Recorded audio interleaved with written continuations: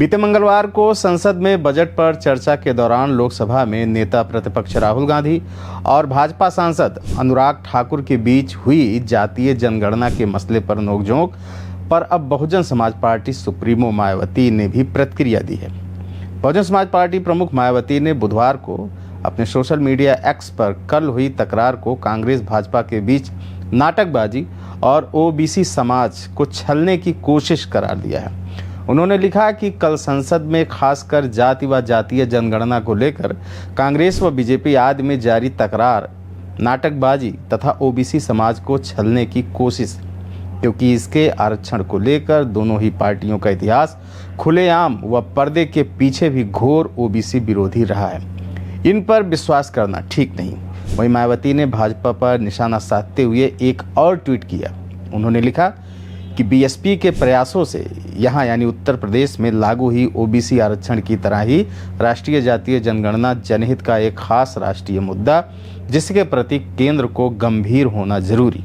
देश के विकास में करोड़ों गरीबों, पिछड़ों और बहुजनों का भी हक शामिल है, जिसकी पूर्ति में जातीय जनगणना की अहम भूमिका है। आपको बता दें कि मंगलवार सदन में बजट पर विस्तृत चर्चा के दौरान राहुल गांधी और अखिलेश तथा अनुराग ठाकुर के बीच तीखी बहस हो गई, जिसमें जातीय जनगणना का मुद्दा अहम था। अनुराग ठाकुर ने राहुल गांधी की जाति पर सवाल किया था, जिसके जवाब में अखिलेश ने कहा कि आप किसी की जाति कैसे पूछ सकते हैं। राहुल गांधी ने कहा कि अनुराग ठाकुर ने मुझे गाली दी है, लेकिन ये लोग मुझे कितनी भी गालियां दे लें, मैं जातीय जनगणना करा के रहूँगा। इन सब के जवाब में आज मायावती ने इसे भाजपा सपा कांग्रेस के बीच बहस को नूरा कुश्ती बताया और कहा कि यह सब ड्रामा है।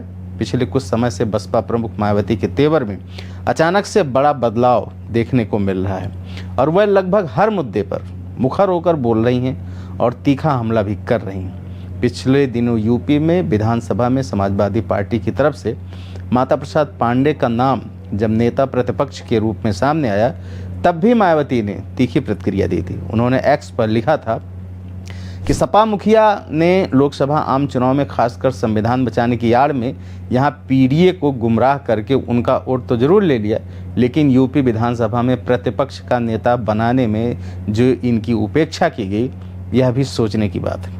और यही नहीं, माता प्रसाद पांडे वाले मसले पर एक और ट्वीट करके उन्होंने अखिलेश यादव पर बड़ा हमला किया था। उन्होंने लिखा था कि सपा में एक जाति विशेष को छोड़कर बाकी पीडीए के लिए कोई जगह नहीं, ब्राह्मण समाज की तो कतई नहीं, क्योंकि सपा भाजपा सरकार में जो इनका उत्पीड़न या उपेक्षा हुई है वह किसी से छुपा नहीं।